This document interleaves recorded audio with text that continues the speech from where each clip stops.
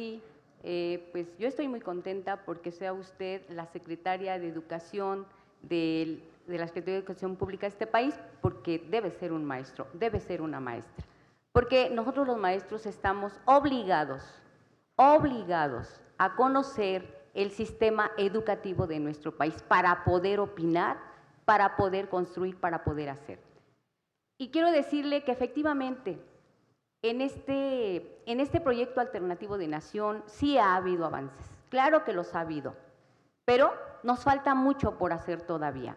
Desde luego que preocuparse por darle una beca a los estudiantes más pobres del país es un gran avance, porque sabemos de antemano que es la pobreza uno de los motivos por los cuales los alumnos desertan, se van de las escuelas porque no tienen ni siquiera para comer, ni siquiera para una torta, mucho menos para el pasaje. Pero yo sí quiero también, maestra, decirle que yo estoy muy preocupada por algunos temas que están todavía muy pendientes y que se los quiero puntualizar. Es muy poco el tiempo, voy a tratar de ser lo más rápida posible. El primer tema que me preocupa, maestra, es las normales rurales. El segundo tema es el abandono de algunas escuelas por falta de maestros. El tercer tema es el sistema de educación inclusiva, que creo que es un tema que debemos debatir muy profundamente. El cuarto tema es la corrupción dentro de la SEP. No es posible que se den plazas a personajes que no son maestros y que son hijos de funcionarios, y se han reportado muchos casos de estos, y eso se le llama corrupción y no se debe permitir. Y el 5 punto es la federalización de la nómina, en este caso de Michoacán, que tanto se ha prometido y que pues no se ha avanzado en ese tema. Quiero decirles, me gustaría comenzar mi intervención poniendo en valor todos los logros que ha tenido el gobierno del presidente Andrés Manuel, que ya lo dije, pero debo hacer especial mención en las dificultades que han enfrentado los estudiantes egresados de las escuelas normales públicas, los cuales se han visto en la necesidad de continuar movilizándose en sus estados, ya sea por las becas que no llegan a tiempo o por la obtención de espacios para laborar. Estas movilizaciones han traído consecuencias lamentables que no deben de pasar ya, compañeros y compañeras, como la joven normalista de 21 años que fue asesinada en Tlaxcala por la policía por exigir un derecho a estudiar.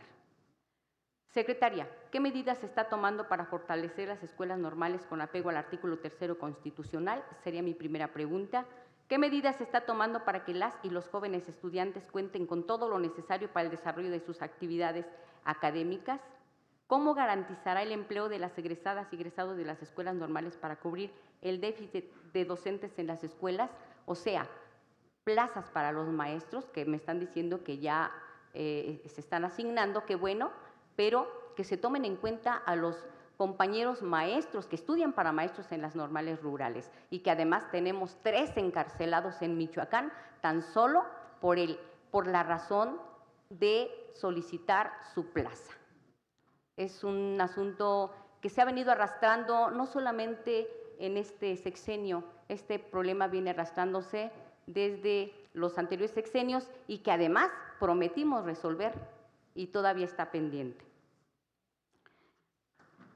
De igual forma, me gustaría señalar el abandono que han tenido las escuelas integrales de Michoacán, las cuales son pilares fundamentales en las comunidades. También existe abandono en algunas escuelas secundarias. Por ejemplo, en la Tierra Caliente de Michoacán, donde hay mucha violencia y todo el mundo lo sabe, se acaba de cerrar la Escuela Secundaria Federal Melchor Ocampo de Buenavista, Tomatlán. Adolescentes se encuentran sin clase, corriendo el riesgo de perder el ciclo escolar. Son 500. Y también tenemos en litigio, secretaria, la Escuela Secundaria Popular de Morelia, que es un anexo de la Universidad Michoacana de San Nicolás de Hidalgo, que tiene 40 años trabajando y los maestros son voluntarios de la Universidad Michoacana y que ahorita las autoridades quieren cerrar. La tenemos en litigio y bueno, pues eso yo lo vengo a denunciar porque debemos, ante la violencia que vivimos, debemos abrir escuelas, no cerrar escuelas.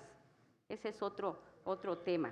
Y lo que le decía sobre la educación inclusiva, me gustaría mencionar que me reuní con organizaciones de personas con discapacidad, las cuales muestran su preocupación por la difícil situación que enfrentan en los salones de clases y al no contar con las herramientas adecuadas ven frustrado su proceso de enseñanza-aprendizaje y muchas veces dejan sus estudios. Y esto, bueno, pues ya lo hemos discutido, un niño que tiene discapacidad no puede estudiar de la misma manera en un salón donde hay niños estándar y donde el maestro no tiene la capacitación para atender a un niño con discapacidad. Creo que es un tema también que nos debe de preocupar y también de ocupar.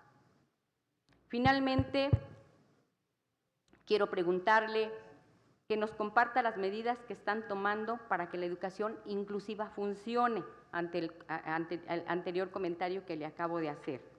Y bueno, secretaria, también sobre los puntos que le mencioné, le decía una cuestión que me preocupa mucho. Hace poco fue denunciado en Michoacán, en Morelia, un líder sindical, sin fin de plazas que se asignaron a hijos de funcionarios, no sé si por lo que haya sido, pero creo que no se vale que si las plazas, los muchachos de la normales las están solicitando porque las merecen, porque estudiaron, porque tienen formación, se les asignen a gente que solamente por tener palancas o por ser influyentes tengan esas plazas. Creo que son actos de corrupción que no se deben de permitir. Gracias, senadora Blanquita Piña.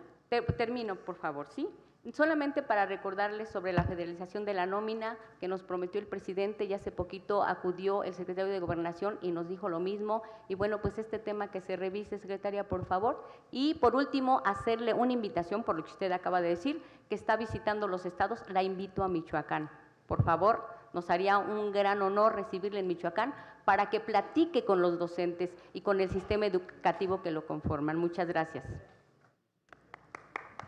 Gracias, senadora Blanca Piña. Y de este bloque le damos el uso de la voz hasta por 3 minutos al senador Gilberto Herrera Ruiz.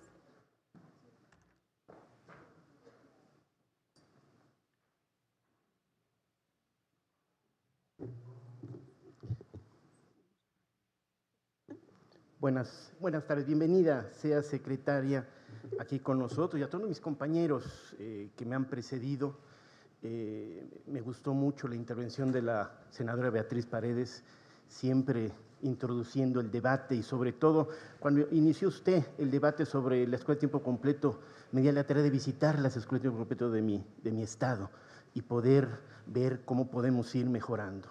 Y bueno, yo sí creo que la educación ha tenido una gran mejora en este país y sí quiero felicitar no solo a usted, a sus antecesores y a todo el equipo de trabajo que está llevando esto en todos los